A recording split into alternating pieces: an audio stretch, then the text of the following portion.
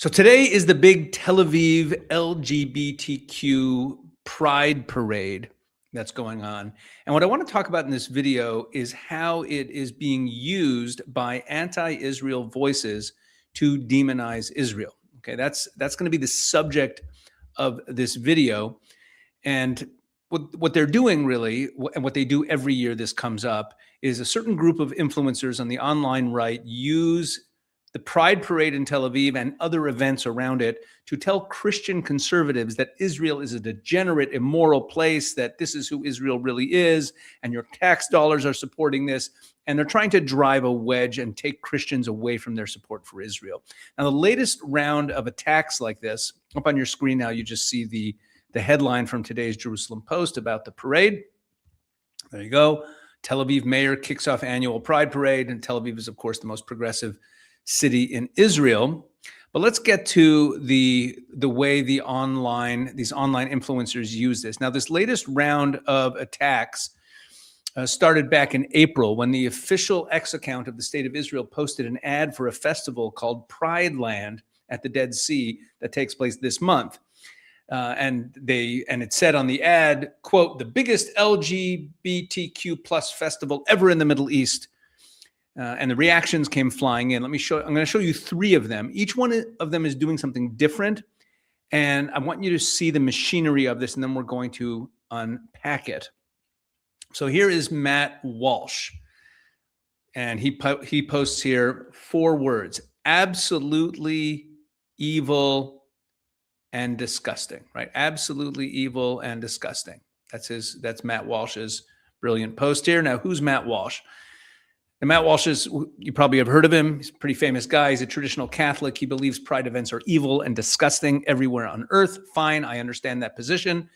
And, I relate to some of that position. But here's what I went looking for and couldn't find. I couldn't find his absolutely evil and disgusting post about World Pride in Washington, or about Pride Month at every Fortune 500 company in America, or about the Pride parades in Nashville. Now, he does criticize this stuff. He criticizes all the LGBTQ stuff, so maybe that's not a fair criticism. But this outrage has a very specific trigger. It switches on when there's a Star of David in the picture. And now we have this guy who is just a very outspoken anti-Israel influencer named Aaron McIntyre. That's apparently not his real name. But what does he write here? "Can anyone very carefully explain to me why American Christians owe anything to this?" Now, Aaron, I accept. I am going to very carefully answer your question by the end of this video. But first, notice the sleight of hand in the word "this." This is a marketing post from the Tourism Bureau, and it becomes this. This meaning the state of Israel, the Jews, all of it, right? A government ad agency's post is held up as Israel. This. Why are we supporting this? Now, stay with me. I'm going to show you what this actually is. What is Israel really? And the last one I want to show you, and then we'll really get into the analysis, is Tomasz Freilich. Now, who's Tomasz Freilich?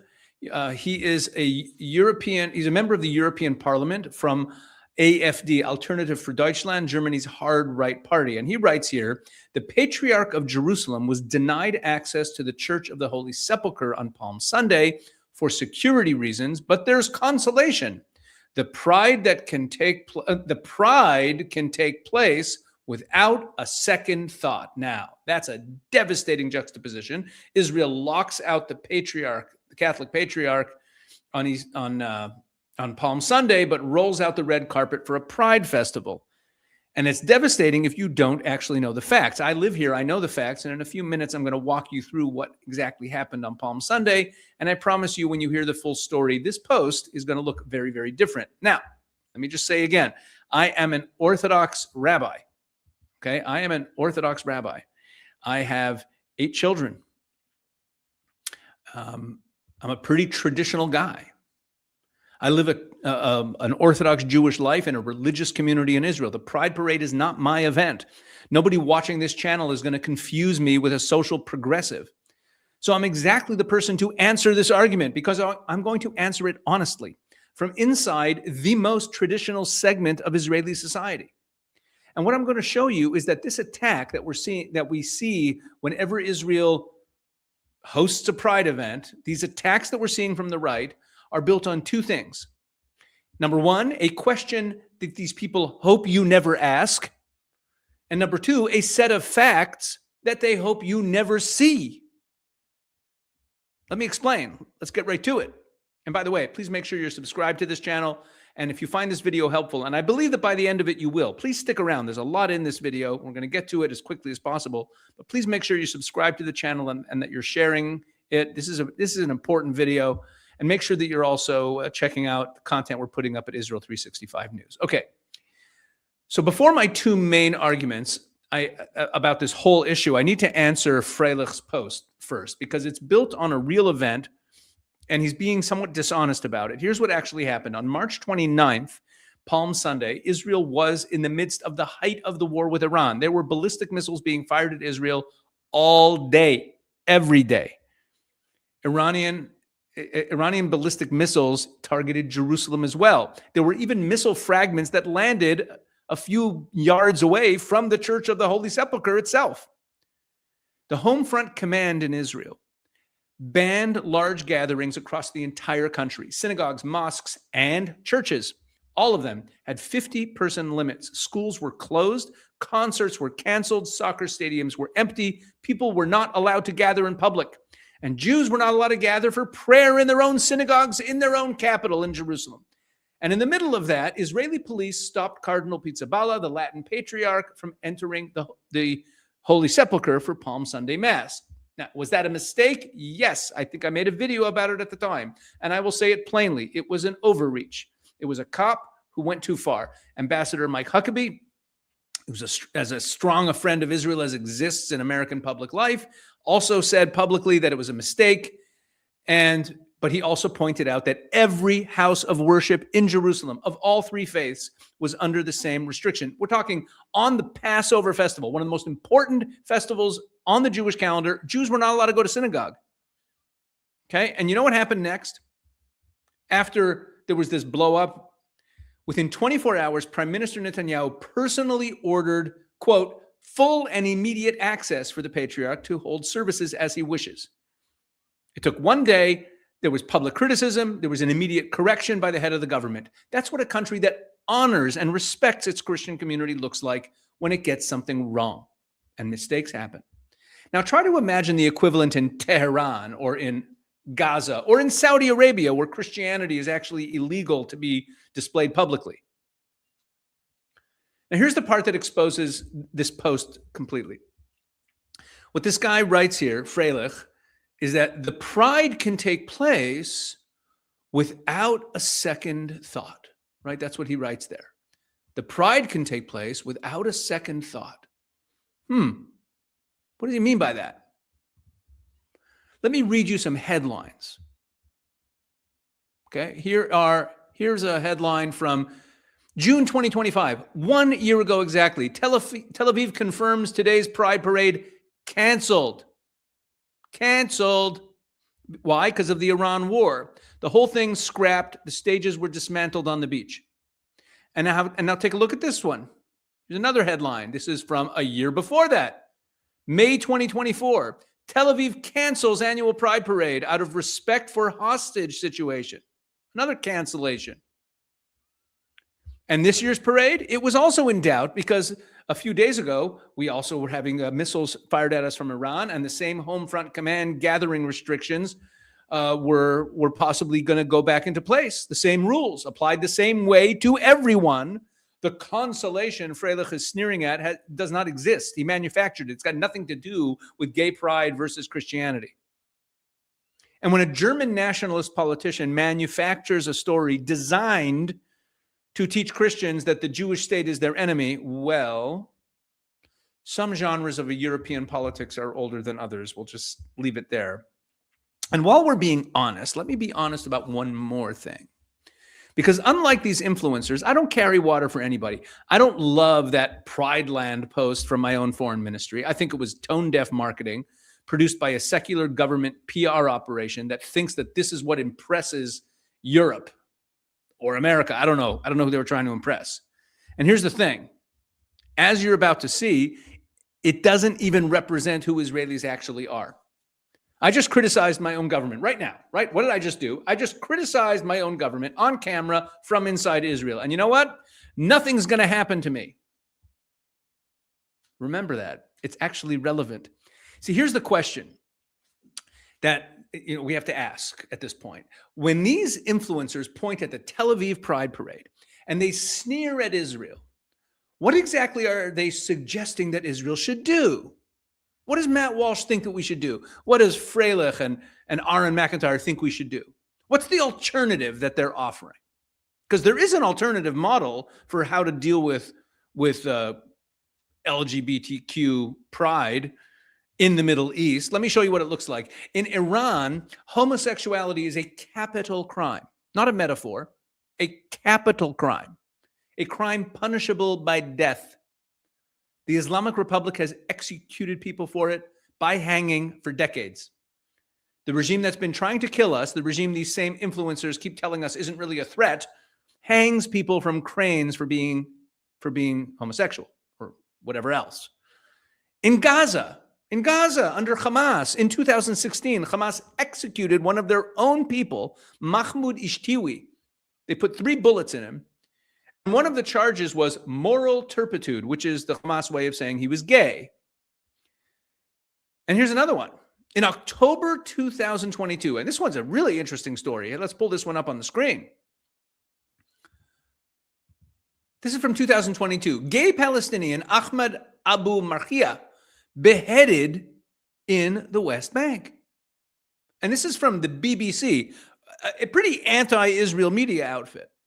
And when it tells the story of a 25-year-old Palestinian man who was beheaded in Hebron because he was gay, and he had been living in Israel because he had fled to Israel to seek asylum, and he was back in Hebron, and there's disputed accounts whether he was kidnapped and brought back or he was back visiting family, but somehow he was briefly back in Hebron, and he was near his family, and he was beheaded. Okay, a gay Palestinian ran to Israel to be safe from his own society. And when he ended up back in Hebron, they cut off his head and they filmed it. And there are dozens and dozens of stories like this. Gay Palestinians who escape to Tel Aviv, to the country that they were raised to hate because it's the only place within 1,000 miles where they'll be safe. So now let's get back to our conservative Christian influencers. When you point at a parade in Tel Aviv as proof that Israel's evil, what's the standard you're applying? Would you applaud Israel if we hanged people like Iran does, or if we beheaded them like they do in Hebron or in Gaza? Is that the Middle East policy you're rooting for? What do you want us to do? You want us to make it illegal? You spend years telling us that, these right-wing influencers are like, oh, Iran's not such a problem, and Hamas is not, Israel's the problem in the Middle East. And then you attack the one country in the region that treats human beings the way free countries treat human beings. Okay, Israel's a free country, full stop. We don't have morality police. We don't criminalize what people do in private. Neither does the United States. Neither does any nation in the civilized world. And that's a good thing. A pride parade in Tel Aviv proves exactly one thing about Israel. It proves that Israel is a free country. And by the way, these same accounts never post about pride parades in New York or London or Berlin or Nashville, just Tel Aviv. Funny how the standard only ever applies to the Jewish state. There's a word for that. But I want to go deeper. And I hope you've stuck around until this point in the video. The parade itself is not really the point. The point of this whole campaign is to paint a picture in the mind of Christian conservatives that Israel is degenerate, that Israel is the opposite of what you believe in, that Israel's not your ally. But here's where I get to have some fun, because I went and I pulled up the actual data, not from an Israeli source, not from a Jewish source, but from the OECD family database. The official family statistics of the entire developed world. And I want to show you what the most traditional family-centered society in the Western world actually looks like. Number one, let's talk about children. In 2024, the average fertility rate across the OECD, the developed world, was 1.4 children per woman. Now, you need 2.1 just to replace your population. Every developed country on earth is below that line and shrinking. Every one except one. Israel is at 2.87 children per woman, the highest in the entire OECD and the only developed country above replacement. The United States, it's around 1.6. South Korea, by the way, is at 0.75. I mean, they're just disappearing fast. Israel's leading think tanks literally publish papers calling Israel a demographic anomaly, which is that it's a Western developed country having children like it actually believes in its own future. Now let's talk about marriage and family. Okay, on average across the OECD, 43% of all births, nearly half, are outside of marriage. In the United States, it's around 40%. Get that? Around 4 in 10 births in the United States don't happen in the context of a marriage. In big parts of Europe and Latin America, it's actually the majority of births that are outside of marriage. In Israel, it's less than 10%, and among the lowest figures in the entire developed world. More than 9 out of 10 Israeli children are born to married parents. While the West was busy dismantling marriage, Israel didn't get that memo. Now let's talk about households. Israel has the highest share of couple-based households in the OECD. 65% are couple-based households. And over 70% of Israeli couple households have children in them. Israelis get married younger than almost anyone in the developed world.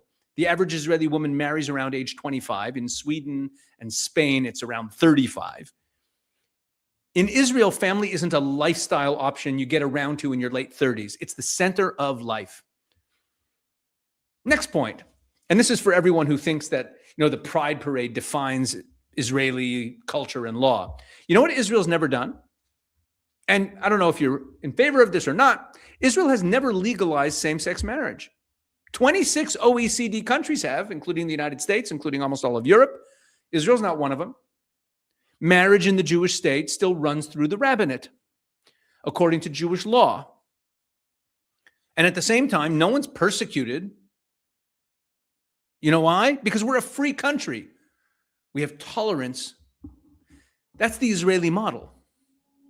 And it's a more traditional legal arrangement of marriage than the one in the United States of America. Did Matt Walsh mention that? I must have missed it. And it's not just family structure. It's also about faith. A year ago, Channel 12, Israel's mainstream secular, like one of the biggest mainstream secular news outlet, did a poll. And what did the poll show? Look on your screen.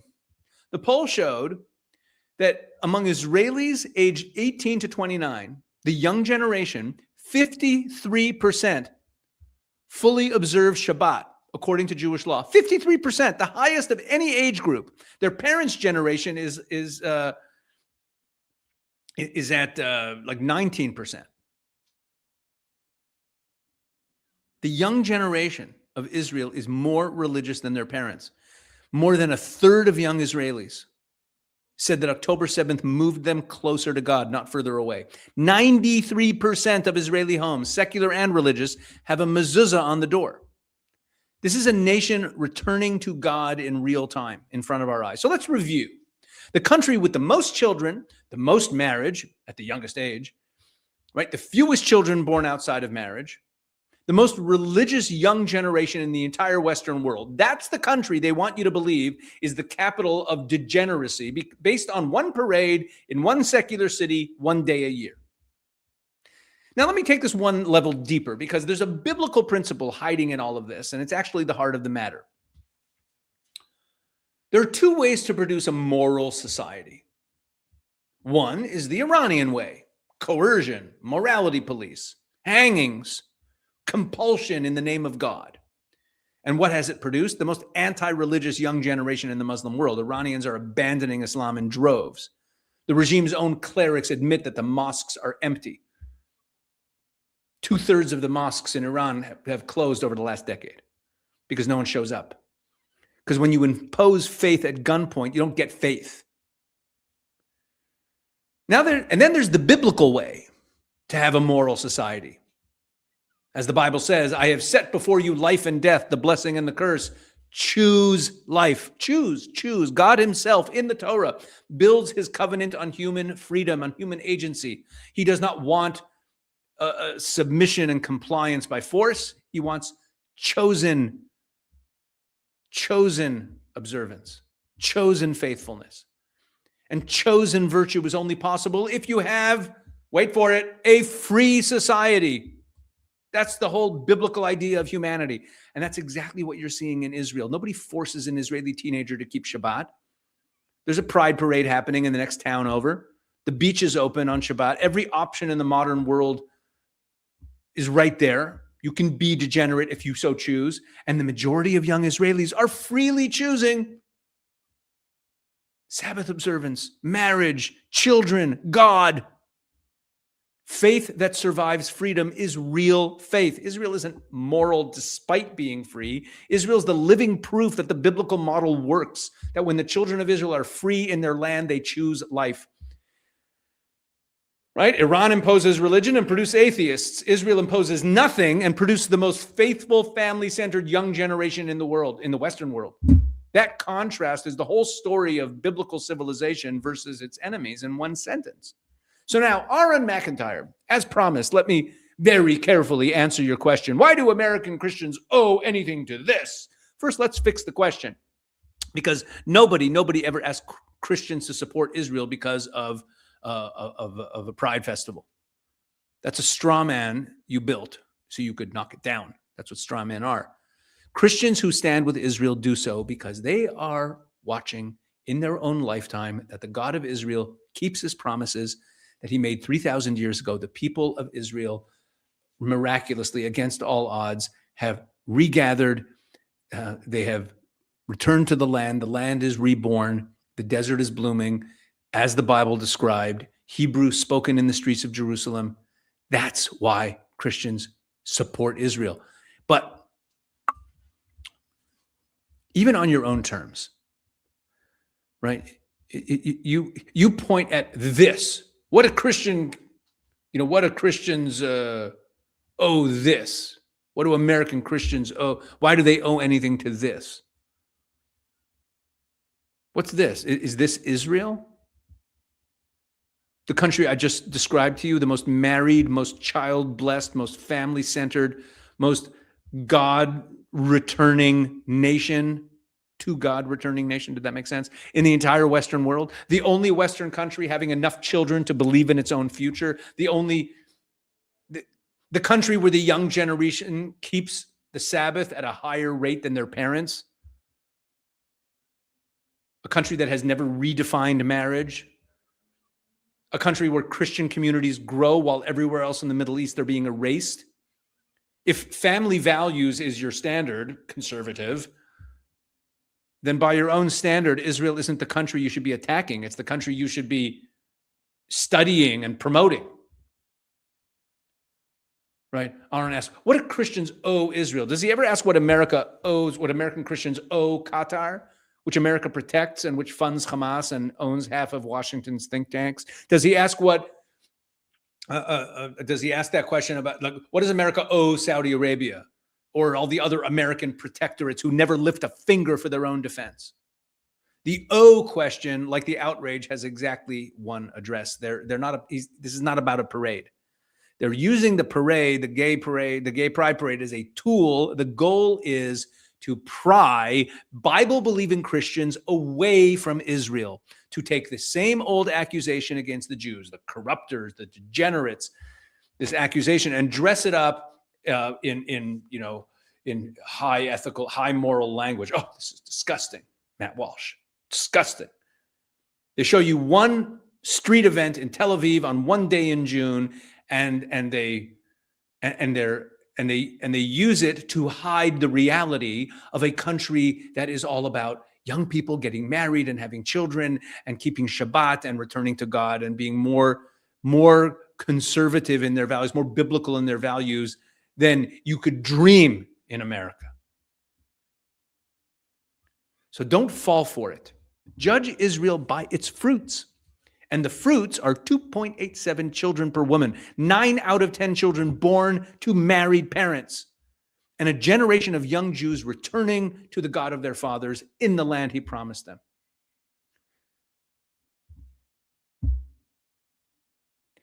Anyway, that's what I have to say about this. I hope you found this video interesting and useful.